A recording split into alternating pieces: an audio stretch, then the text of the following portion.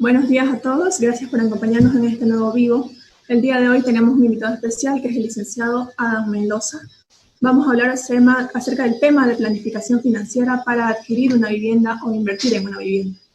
Comprar una vivienda probablemente sea una de las decisiones financieras más importantes que realicen en su vida. Es necesario generar un presupuesto con anterioridad para poder prever todos los gastos y todo lo que conlleva esta decisión. Licenciado Adam, bienvenido. Bien, muchas gracias, estimada Mary Laura. Es un honor poder compartir con ustedes esta conversación interesante y necesaria para poder guiar a las personas en cuidar primeramente su dinero y que ese dinero les dé un rédito a futuro en cuanto a ingresos en la inversión de una vivienda se refiere. ¿Nos podría comentar un poquito, para iniciar, de qué hablamos cuando decimos planificación financiera? Y en una planificación financiera, sobre todo, es una prevención, es una medida preventiva en el uso del dinero. Las personas conocemos bien la definición de planear, la definición de presupuesto familiar, empresarial, etcétera, pero no debemos dejar a un lado lo que es la planificación. Planificación es algo más científico a una planeación y a un presupuesto. La planificación genera unos cierto tipo de pasos elementales, las cuales tienen que ser ejecutados de manera ordenada. Sabemos que la vida que tiene una persona laboral o familiar es un conjunto de acciones. Este conjunto de acciones se lo desarrolla de manera más eficiente en cuanto la planificación se lo realiza. El deseo de toda persona es surgir, tener éxito, desarrollar un capital, invertir, generar empleo, etcétera. Pero para eso debemos primeramente preguntarnos qué estamos haciendo con nuestro dinero y en qué estamos usándolo. Como bien lo dice usted, es súper importante entender que quizás no es tan divertido y hay ciertas restricciones a las cuales tenemos que someternos para formar cada una de estas etapas, pero es muy relevante que tengamos mínimamente el conocimiento de cómo llegar a esta planificación, ¿no? Exactamente. La idea de esto es saber manejar bien el dinero, planificarlo bien y más que todo presupuestarlo en cuanto a la planificación de la inversión de algún tipo de bien que genere rentabilidad a futuro. ¿Quiénes son las personas, o si es que existe un grupo específico que debería comenzar a realizar este tipo de planificación? ¿Es para todos? Lo recomendable es que sea para todo tipo de personas, pero hay un segmento en las cuales esta sugerencia debería convertirse en una obligación, y es en las personas que tienen alrededor desde los 25 a los 40 años. Este segmento de edad, esta ponderación de edad, son aquellas personas en las cuales necesitan tener una planificación personal, porque son personas que están comenzando aquellas personas en las cuales necesitan tener una planificación.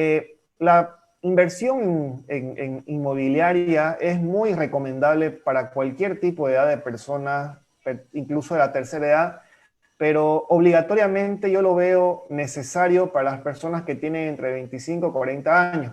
¿Por qué? Porque estas personas tienen algo a favor de que las personas de la tercera edad no la tienen, y es que la corta edad que tienen les permite tener una larga vida para poder generar rentabilidad o retorno de las inversiones que hagan. Pongámonos en el lugar de una persona que tenga 75, 78 años, 80 años.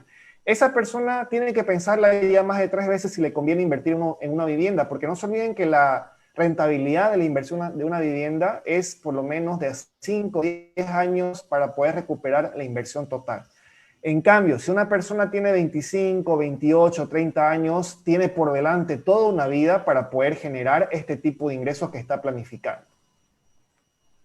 Como bien usted lo dice, muchas veces puede parecer lejano llegar a un monto como el que es necesario para poder adquirir una vivienda, pero está totalmente al alcance de cualquier persona, siempre y cuando se genere entonces esta gestión del dinero de una manera inteligente y planificada. Es un error que tenemos por lo general las personas en Bolivia y en Santa Cruz, y es que somos muy desesperados con lo que nosotros hacemos. Somos desesperados, ni siquiera somos pacientes para poder esperar una cola en el banco, en la farmacia, etcétera. Eso se notó muy bien en el tema de la pandemia. Imagínense esto proyectado al uso del dinero. Las personas no tenemos la paciencia de hacer trabajar a nuestro ahorro. Nosotros pensamos que el día, o en un día o en 2 días, nosotros vamos a duplicar nuestros ahorros, nuestro capital, y no es así. Las personas que tienen éxito en esta vida han aprendido a tener una paciencia tremenda en cuanto a la inversión de su dinero.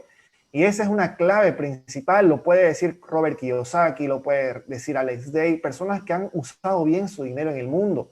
Y estas personas dicen que hay que cuidar centavo, centavo, peso a peso para que pueda el día de mañana uno ahorrar y generar riqueza.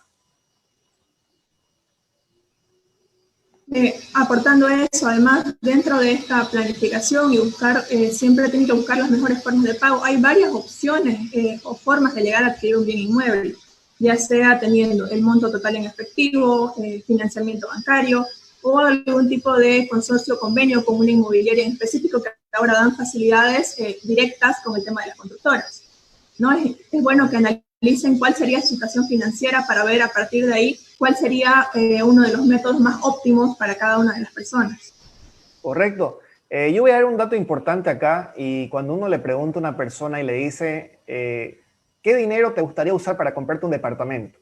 Lo primero que uno dice es sacar un crédito del banco. Y eso debería ser la última opción en una persona, la última opción, porque tenemos 5 opciones para conseguir financiamiento. Voy a decirlo en orden del más fácil, el más flexible, al más rígido y el más complejo, ¿está bien? En primer lugar, el financiamiento propio es el mejor de todo, o sea, usar mi propio dinero. Si yo tengo un capital ahorrado, ese capital puedo hacerlo trabajar invirtiendo. Obviamente que yo mismo me tengo que devolver ese dinero, pero por lo menos yo mismo no voy a cobrar intereses. No sería tan extremista para cobrarme yo mismo intereses. Entonces, si usted tiene capital propio ahorrado, use su capital propio ahorrado, pero con el compromiso de que pueda retornar esa inversión. Mucha gente me dirá, no, Adam, estás haciendo una mala decisión en usar el capital, hay que usar capital de terceros, pero cuidado, mi capital propio puede ser llamado préstamo Adam. O sea, yo mismo voy a usar, por ejemplo, 100 bolivianos este fin de semana, pero me voy a obligar en 2 semanas a devolverme a mí mismo esos 100 bolivianos. Entonces, estoy haciendo el papel de prestamista y el papel de solicitante, yo mismo, como Adam Mendoza. Bien, entonces el primer punto es poder usar mi capital propio, pero con el compromiso de devolverme a mí mismo el dinero. Si yo no tengo dinero ahorrado, no tengo capital, lamentablemente, no hice una buena planificación financiera, tengo que recurrir a el segundo punto clave, que es mi familia. Más importante que una persona propia es su familia. La familia puede ser el padre, la madre, el hermano, la hermana, los primos, etcétera. Familia, pueden ustedes recurrir a algún miembro de su familia para que puedan financiar una inversión en un departamento, una casa. Si tienen la suerte en conseguir a un familiar, a un integrante de su familia que les preste dinero, conversen con él, le pueden decir, por favor, le pongamos el ejemplo de un tío. Tío Carlos, por favor, quisiera que me prestes 70,000 dólares para poder comprar un departamento, yo te lo voy a devolver, etcétera. El tío, en el mejor de los casos, le va a prestar el dinero, le va a dar un plan de pagos, pero no le va a cobrar intereses, no le va a cobrar siempre y cuando usted le pague puntual a su tío, en el mejor de los casos. Y en el peor de los casos, le va a cobrar un mínimo de tasa de interés, 3%, 4%, cosa que en las entidades financieras no existe, esas tasas de interés. Entonces, vamos por orden. Primero, mi capital propio. Si Adam Mendoza no tiene dinero, lamentablemente recurro a un familiar, padre, madre, tío. En el caso de que mi padre, mi madre o mi tío no tenga dinero para prestarme, recurro al tercer punto clave, que son los amigos. Los amigos de confianza, de colegio, de universidad, son personas en las cuales ustedes ya pudieron confraternizar, vivir momentos de la vida, y eso generó un lazo, una afinidad de amistad y confianza. Entonces, si usted no puede prestarse a sí mismo dinero, recurre a un familiar, tampoco no pueden, recurre a un amigo. El amigo le va a prestar un dinero, obviamente también le va a hacer un plan de pagos, le va a cobrar un interés, pero no va a ser el mismo que el banco. Entonces, el tercer consejo que le doy es que busquen un amigo. Si no tienen ustedes capital propio, si no tienen un familiar que les preste dinero, si no tienen un amigo que les preste dinero, recurran a una empresa. Existen muchas empresas en Santa Cruz y Bolivia que prestan dinero y la gente no tiene conocimiento de eso. Yo les pongo un ejemplo claro. En una situación hace 5 años atrás, no sé si sigue actualmente, pero Favose, Soboce, inclusive Coca-Cola prestaba dinero a las personas para poder generar movimiento también en su capital. Y las personas no tenían conocimiento, se enteraban quizás por comentarios de alguna persona que trabajaba ahí, etcétera, pero las empresas que son líquidas como Coca-Cola, Faboce, Soboce, prestan dinero porque esas empresas que son líquidas necesitan hacer trabajar su dinero, entonces ofrecen mejores tasas que los bancos. Miren, yo, mi capital, Adam Mendoza, mi padre, mi madre, mi tío, mis amigos, las empresas reconocidas y en último lugar, si no me pueden prestar estas 4 personas, sería el banco. Fíjense, he pasado por 4 tipos de opciones, pero mi última opción debería ser el banco, porque el banco es lo más complejo que existe en cuanto a requisitos, en cuanto a tasas y en cuanto a plazo. Entonces, eso sería la forma correcta de planificar financieramente un préstamo para poder adquirir una vivienda. Buenísimo, son datos que, como tú dices, no todos los tienen a mano y es importante conocerlos. Y posteriormente podrán seguramente acercarse a algún asesor financiero, alguien del área comercial que pueda guiarlos. Siempre hay asesores a los cuales podemos acercarnos para que nos guíen con estos temas. Sí, Adam, tú hablabas acerca de las distintas formas de poder acceder entonces a esta compra. ¿Y qué tal si es una persona muy joven y quiere planificar esto y decide ahorrar? Sí, ahorrar para tener su entrada para comprar la vivienda o ahorrar el monto total. ¿Cuántos años aproximados son los que aconsejarías tener previamente para poder juntar ese dinero para comprar una vivienda? Voy a dar un dato un poco estricto, pero así es la vida. Lo ideal es que los jóvenes comiencen a ahorrar desde el colegio, cosa que ustedes me pueden decir que es muy extremista, que no están pensando en el ahorro, pero existen muchas personas que han desarrollado ahorros desde el colegio. El caso propio, el caso mío, yo le voy a ser sincero a la audiencia en general. Yo generé ahorros inclusive desde el colegio, desde la escuela. Un pesito, 2 bolivianos, 3 bolivianos, 50 centavos, lo que se podía, generaba mi ahorro. En ese punto los padres tienen que tener un papel fundamental. El padre tiene cierta responsabilidad con el hijo hasta cierta edad. Si el padre tiene esa iniciativa de regalarle una alcancía, un chanchito de ahorro a su hijo y hacer que el hijo tenga la iniciativa de ahorrar o de colocar centavito a centavito, yo le garantizo que ese niño va a comenzar a ahorrar desde el colegio y nunca lo va a olvidar hasta que se jubile en el trabajo. La recomendación más que todo para todos los padres es que comiencen a obligar a sus hijos a realizar una cultura financiera. Regálenle una alcancía, regálenle un chanchito y al hijo denle una política de ahorro estricta. Si al hijo le dieron o le regalaron para su cumpleaños 50 bolivianos el abuelito o la abuelita, dígale, hijito, ¿sabes qué? De esos 50, ¿por qué no gastas 20 y ahorras 30? El día de mañana tus 30 bolivianos que ahorraste va a valer el doble y te vas a comprar el doble de juguetes o el doble de helados.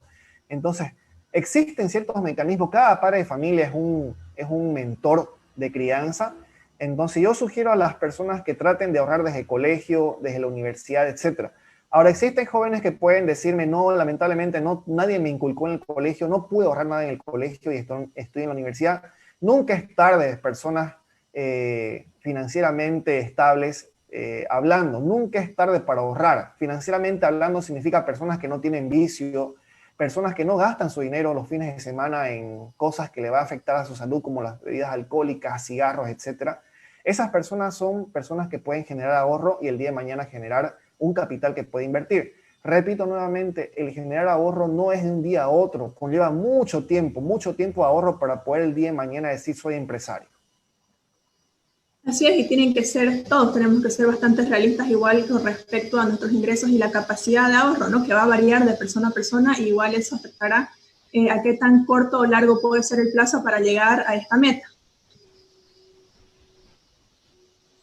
La meta es clara, la meta es concisa, la meta es directa. Todas las personas tenemos que tener una meta clara en la vida, no solo la parte sentimental, personal, familiar, empresarial, sino la parte económica, financiera. Podemos ahorita salir a nuestra calle, a nuestro barrio y preguntemos a los vecinos y preguntémosle cuál es su sueño. La mayoría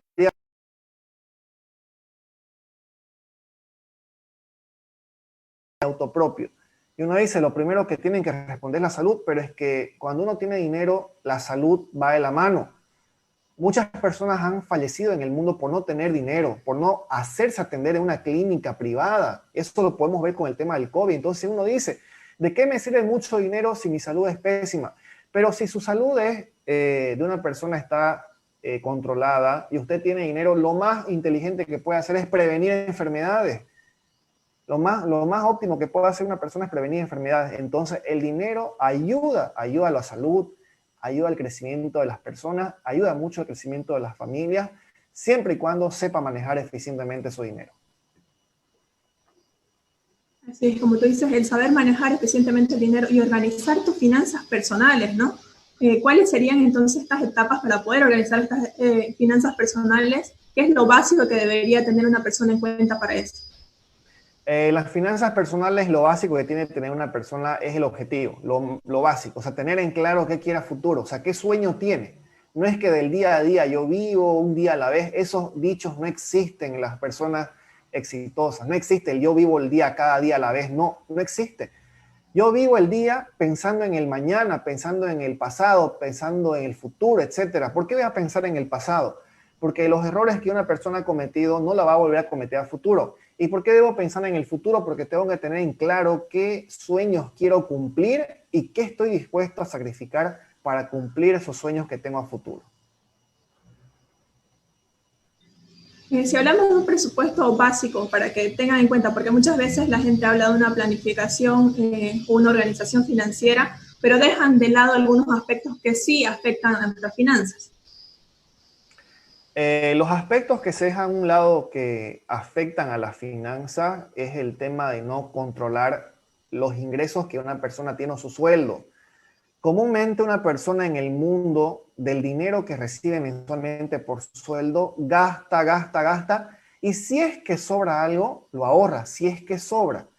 Cuando nosotros deberíamos pensar al revés, del dinero que nosotros recibimos de nuestro sueldo, obliguémonos a ahorrar un porcentaje de ese dinero, el 40%, el 30%, lo que sea, pero agarremos un 30% del sueldo que recibimos mensualmente y guardémoslo bajo llave en una caja fuerte y no lo saquemos y tratemos de sobrevivir con el dinero que hemos destinado para el gasto. Con eso gastamos en comida, alimentación, servicios básicos, etcétera, pero el dinero que está para ahorro no se toca. Salvo una urgencia, enfermedad, contingencias, emergencia, ahí puede ser usado, pero ese debería ser la política de toda persona.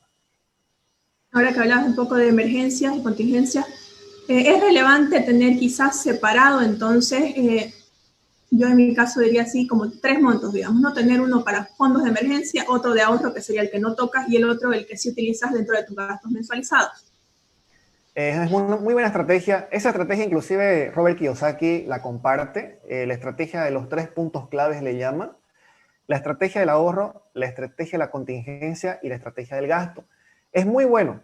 En finanzas tenemos que saber, no hay receta. O sea, las finanzas de Mary no va a ser exitosa para mí, ni la mía para ella. Si bien nos podemos basar en lo que estamos hablando, pero cada uno tiene que buscar su punto de equilibrio perfecto de acuerdo a la personalidad que uno tiene, a la cultura familiar que uno tiene, etc. Entonces, Mary, por ejemplo, ella tiene la cultura de los 3 puntos clave. Ella tiene destinado un porcentaje al ahorro, un porcentaje a la contingencia y un porcentaje al gasto. Bienvenido, perfecto. Hay otras personas que solamente tienen 2 puntos claves, el ahorro y el gasto. Pero lo peor que podemos cometer es que tengamos uno nomás que se ha destinado todo al gasto. Ahí sí que estamos fregados porque el día de mañana, cuando suceda algo o cuando se genere una oportunidad, no vamos a tener dinero que nos respalde. Sí, lo que tú dices es súper importante de tener una personalización del tipo de planificación y de ahorro que vamos a tener, ¿no? Eso va a variar de persona a persona. Y al momento de establecer metas de manera personales, por ejemplo, un ejemplo, ¿no? Idearse un monto clave a corto plazo primero para aquellas personas que no tengan ese ejercicio de generar ahorros. Si, no sé, 3 meses, digamos, voy a ahorrar 2.000 bolivianos, voy a ahorrar 1.000 bolivianos, y entonces estamos hablando ya de personas adultas con trabajo y demás, y luego ir planificando eso a largo plazo para que vayamos creando ese hábito del cual nos hablaba el licenciado, igual que tomar otras medidas que pueden parecer gastos pequeños e insignificantes, pero que sí nos afectan en la finanza. el gimnasio al cual asistimos, el tipo de comida en el cual gastamos, que son gastos que, repito, suenan pequeños día a día, pero que en su total hacen una gran diferencia en nuestras finanzas, ¿no es cierto? Así es, Mary, acabas de decir algo importante. Me estabas dando un poquito del salario mínimo nacional. El salario mínimo nacional está alrededor de 2.100 y pico bolivianos. Y uno dice y se pregunta, ¿será que una persona que recibe un salario mínimo nacional puede ahorrar? La respuesta es sí. ¿Por qué? De esos 2.166 bolivianos, primero tiene que saber usted, primero tenemos que preguntar a esa persona si tiene vicio, si fuma, si bebe y si tiene compulsión a lo que es el pecado de la gula. La gula, no se olviden que es el tema de comer y comer y comer sin necesidad de, o perdón, sin obligación de controlarse. Por ejemplo, si usted está gastando en un gimnasio que paga mensualmente 500 bolivianos, 400 bolivianos, y cerca a su casa existe un gimnasio que vale 150 bolivianos, ¿cuál es la respuesta o la decisión más inteligente que puede tomar? Lo más inteligente es recurrir al gimnasio que está cerca de su casa, que no va a gastar en transporte, que no va a gastar en indumentaria inclusive, porque son gimnasios que más que todo reciben personas que tienen cercanía al lugar y están o van al gimnasio como están en la casa, ¿no? En cambio, un gimnasio de primer nivel tiene la tendencia a la sociedad de adaptarse al lugar, de ir bien vestidito, combinado, etcétera. Y eso genera gasto. ¿Por qué? Porque comprarse ropa deportiva es cara. Entonces, una decisión muy buena es tratar de recurrir a un gimnasio que sea cerca de su casa para que no gaste en transporte y sea más barato, porque los gimnasios en los barrios son más accesibles por el tema de la cercanía. Segundo lugar, el tema de la comida. Si usted va a comer a restaurantes todos los días, restaurantes caros, lamentablemente no le va a quedar dinero al fin de mes. Lo primero que tiene que hacer usted es ver si tiene el tiempo para poder cocinarse en casa, porque no hay más ahorro que cocinarse en casa. Eso las madres de familia pueden sustentar esa teoría. Cualquier persona que se dedique a las labores familiares puede sustentar esa teoría. Entonces, lo ideal es tratar de gastar o de cocinarse en casa, pero si no tiene el tiempo, lo mejor es encontrar un lugar que hagan almuerzo ejecutivo o una pensión que sea higiénica. Ahí el almuerzo no creo que pase más de 15 bolivianos versus a un almuerzo de una empresa con mucho renombre que vale 35, 45. Entonces, ¿cuánto dinero por día estaría ahorrando usted? Entonces, son ciertas actividades mínimas que suceden todos los días, pero boliviano a boliviano se comienza a generar lo que es el ahorro, que es el principal puntal para poder generar a futuro las inversiones en inmuebles o en viviendas que se está hablando en esta ocasión. Así es, establecer las prioridades es súper relevante para tener un norte en todo lo que nosotros estamos planificando. Y ahora que entrábamos a ver un poco el tema de calcular los gastos, ¿sí? Y establecemos estos objetivos, entonces para la compra de una vivienda debemos inicialmente calcular cuánto es lo que podemos pagar, ¿sí? Pensando en un futuro o pensando en cualquiera de las alternativas para poder acceder a los pagos y la cantidad de dinero y establecer una fecha, ¿no? Tener una fecha específica en la cual vamos a realizar esta adquisición o esta transacción. Tener la fecha fija es muy importante, tanto es importante que como agarrar un pedazo de papel y un lápiz y decir y escribir todo lo que quiere usted obtener. ¿En qué lugar quiero esa vivienda? ¿En qué zona de Santa Cruz? ¿Cuántos metros cuadrados? ¿En qué piso? ¿Con qué reglas? ¿Con qué obligaciones dentro de la administración del inmueble? Etcétera. O sea, ver todos los detalles. Porque al tener todos los detalles en claro, el día de mañana cuando usted invierta en una vivienda, no se va a arrepentir. Porque quizás nos estén viendo ahorita muchas personas que son agentes inmobiliarios, que están comenzando o ya están desarrollando, pero muchas de las ventas que se cierran en la parte de la inmobiliaria son ventas emocionales, ¿no? Son compras emocionales. 9 de cada 10 personas compran una vivienda por la emoción del momento, y no debería ser así. Las personas deberían comprar una vivienda de manera racional, pensando todas las características que usted está buscando. Repito nuevamente, no todas las personas tenemos los mismos gustos, pero es importante que un agente inmobiliario conozca los gustos de esa persona para buscarle algo que esa persona desea. Entonces, sería bueno anotar en un papel todas las características que una persona necesita de ese inmueble para que el día de mañana la tenga clara para poder buscar qué es lo que quiere. Inclusive el presupuesto, cuánto quiere que cueste ese departamento y qué tamaño quiere que sea, para en base a eso yo ver mis ahorros, hasta qué porcentaje yo puedo dar y después buscar el financiamiento de las 5 puntas, como ya han comentado: propio, familia, amigos, empresas o banco. Así es, como lo acabas de comentar, es importante que todos acudan no solamente a un asesor financiero, sino a una inmobiliaria de confianza. Nosotros siempre tratamos de poder asesorar de la manera más adecuada a los clientes, conociendo todas las características personales de los mismos. Porque más allá de que vayan a adquirir una vivienda, ya sea crédito, que lo que comentaba el licenciado Adam, que muchas veces cuando hay créditos directos con las constructoras, con las inmobiliarias, la gente tiene esta compra impulsiva y luego termina no pudiendo cancelar las siguientes cuotas y perdiendo inclusive parte porque existen penalidades para esto. Entonces, a todos los agentes inmobiliarios, colegas, igual se les aconseja eso, de que puedan asesorar adecuadamente a cada uno de los clientes para que no se vean afectados posteriormente con estas modificaciones. ¿Sí? Y a los propietarios o interesados en adquirir viviendas o cualquier tipo de inmueble, tener en cuenta igual otros gastos, ¿no? Si es que lo van a adquirir mediante créditos directos principalmente o pagos a cuotas aún, factores como ser la ubicación, ¿sí? Factores como ser, si tienen niños, la cercanía a colegios y demás, porque eso va a afectar posteriormente a sus finanzas y a las facilidades que tengan para completar los pagos. Así es importante tomar en cuenta todos esos aspectos que acaba de decir Mary, inclusive la cercanía del colegio de los hijos, ¿no? Mucha gente ni piensa en eso. Compra un inmueble, le encantó, pero no tuvo el cuidado de preguntar qué colegios se encuentran cerca de esa vivienda. Entonces, ahí está un punto importante. Yo sugiero a todas las personas que desean planificar el 2021 comprarse una vivienda, ya sea departamento, terreno, casa, yo les sugiero contratar a un asesor inmobiliario. Si usted conversa con un asesor inmobiliario del otro lado, o sea, la persona que le va a vender, esta persona puede hacerle caer en la emoción, diciéndole: mira el área social, qué bonito, mira el cuarto, la ubicación, la vista, todo eso. Pero sería bueno contratar un asesor inmobiliario de su parte, o sea, alguien que pueda contrarrestar el peso de la emoción del vendedor. ¿Se dan cuenta?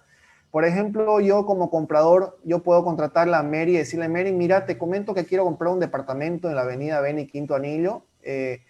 Estoy contactándome con Carlos Ponce, es el asesor inmobiliario de ese condominio, y me gustaría, Mary, que por favor me asesore. Entonces Mary va a hablar como si fuera mi abogada inmobiliaria, va a conversar con el vendedor, y no creo que a Mary se la charlen, porque Mary tiene conocimiento en cuanto a avalúos, metros cuadrados, zona, valorización del terreno, etcétera. Entonces Mary va a tener herramientas para las cuales puede generar una conversación.